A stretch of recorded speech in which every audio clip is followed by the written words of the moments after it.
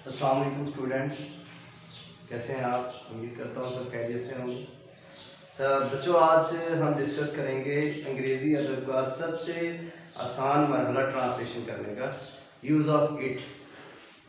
अब जो इट है ये एज ए डमी सब्जेक्ट होता है इस्तेमाल, ऐसा सब्जेक्ट जिसका मायने नहीं होता।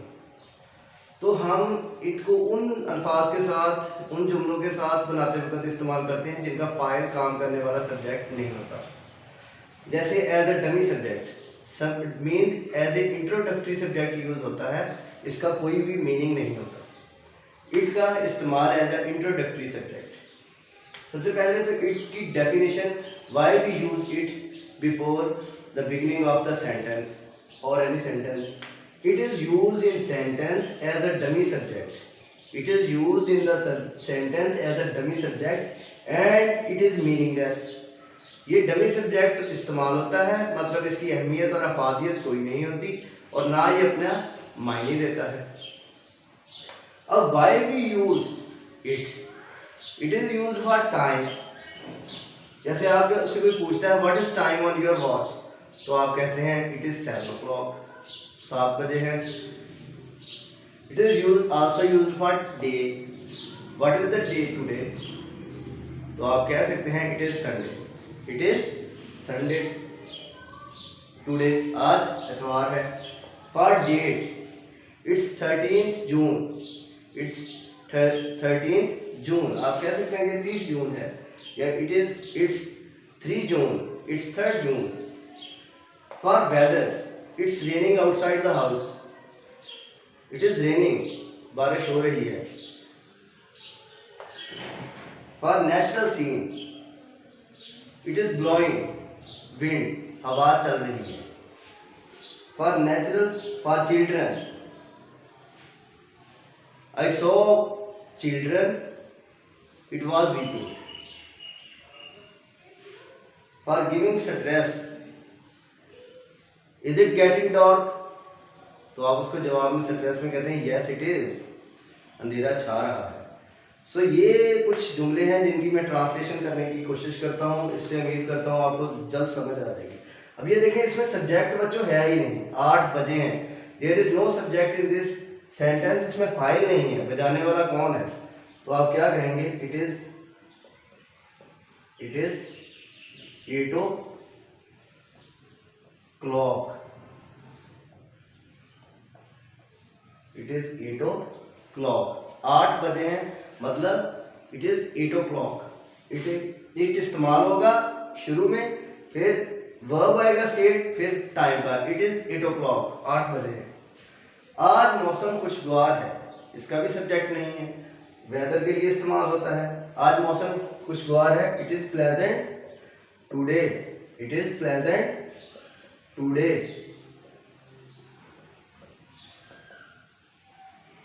आप कहते हैं it is pleasant today, it is hot today, it is cold today, it is humidity today, it is humid today, तो आप कह सकते हैं it is suffocating today, the weather is suffocated today, तो गुडन अलू। तो आप मुख्तलिफ सेंटेंसेस बना सकते हैं वेदर के मतलब इट के इस्तेमाल से। आज बहुत सर्दी है, it is very cold today, it is very cold today.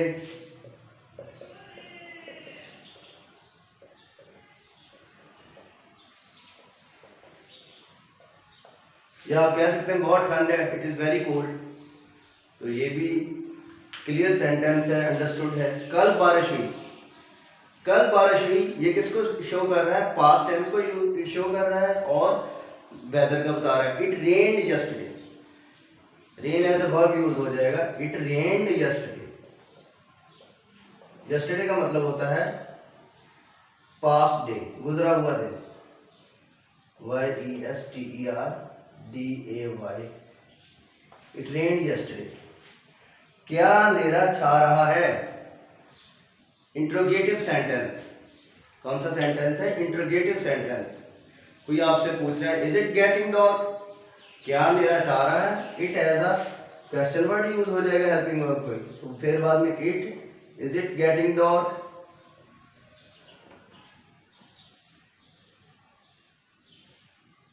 तो आप कहते हैं यस इट इज, ये छा रहा है। It is also use to present yourself. For example, आप किसी को, कोई आपसे पूछता है, कोई नॉकिंग कर रहा है, तो आप कहते हैं हु इज देयर, तो आप वो कहता है इट्स मी, इट्स अली, ये मैं हूँ। तो इसके लिए भी हो सकता है। Is it getting dark? Yes it is. Past address के लिए यस इट इज। अब मैं मजीद आपको जो है इसकी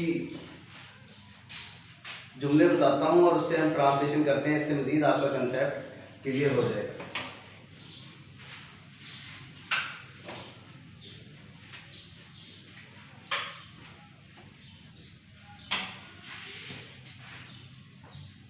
मतलब आबर आलूद है, मतलब आबर आलूद है, मतलब बारिश होने के चांसेस हैं।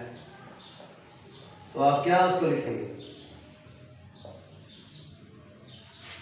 It is cloudy, it is cloudy, मतलब आबर आलूद है, बादल छाए हुए हैं। इट इज क्लाउडी, वेदर के बारे में है। मतलब आबर आलूद है, इट इज क्लाउडी, मतलब बादल छाए हुए हैं। अब घर जाने का वक्त है, अब घर जाने का वक्त है। It's time to go home, it's time to go home, it's time to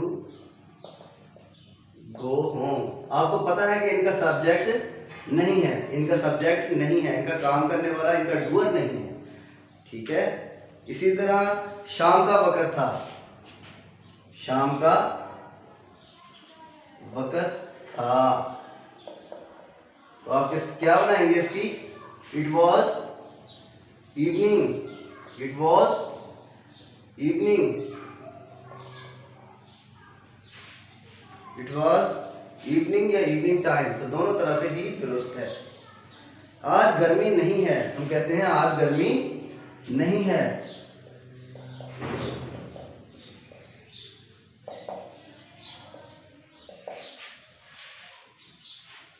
it's not hot today, it's not hot today, it's not hot today, आज गर्मी नहीं है। आज मतलब आबरआलूद नहीं है। It's not cloudy today, it's not cloudy today. क्या ये असलम ही था जिसने खिड़की तोड़ी किसी को स्ट्रेस देने के लिए?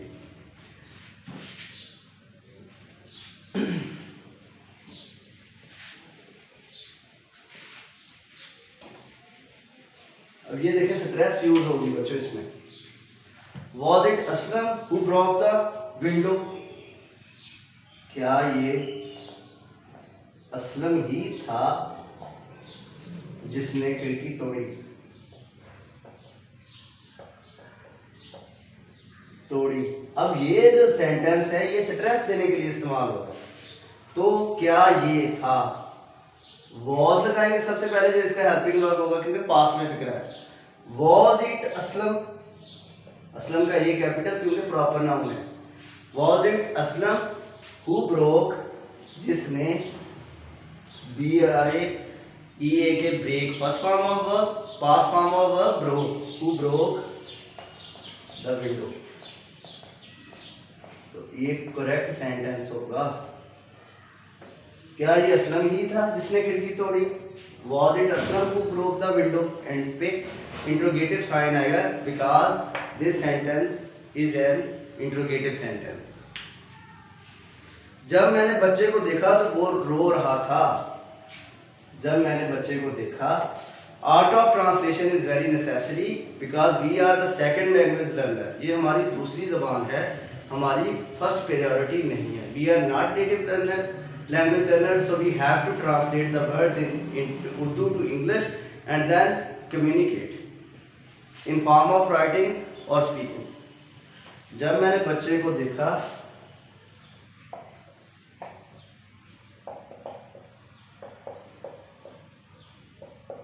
तो वो रो रहा था। तो क्या होगा जब मैंने बच्चे को देखा? When I saw when I saw, see saw देखा, पास्ट टेंस है। When I saw the child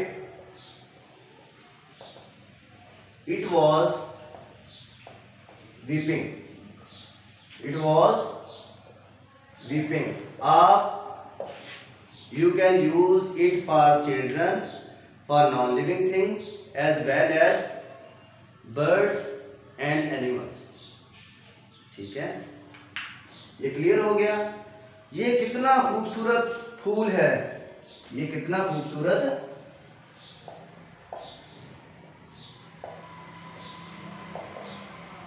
फूल है। तो हम इसकी क्या इंग्लिश बनाएंगे? एक्सक्लेमेटरी सेंटेंस है, इस्तेजाबिया जुमला है। What a beautiful flower, what a beautiful flower, ये कितना, it is, what a beautiful flower it is. और एंड पे इंटरोगेटिव साइन इसलिए आएगा because it shows to exclamation, इस्तेजाबिया, हैरानगी, खुशी, गमी, इन चीज़ों को शो कर रहा है। एक और आपके साथ जुमला डिस्कस करना है, वो है क्या औले पढ़ रहे हैं, क्या औले पढ़ रहे हैं। बच्चे इसमें बहुत कंफ्यूज हो जाते हैं। क्या औले आपको पता ही है कि जो छोटे छोटे बर्फ़ के टुकड़े पड़ते हैं उनको हम अपनी उर्दू में बोलते हैं औले। क्या औले पढ़ रहे हैं, सवालिया निशान है।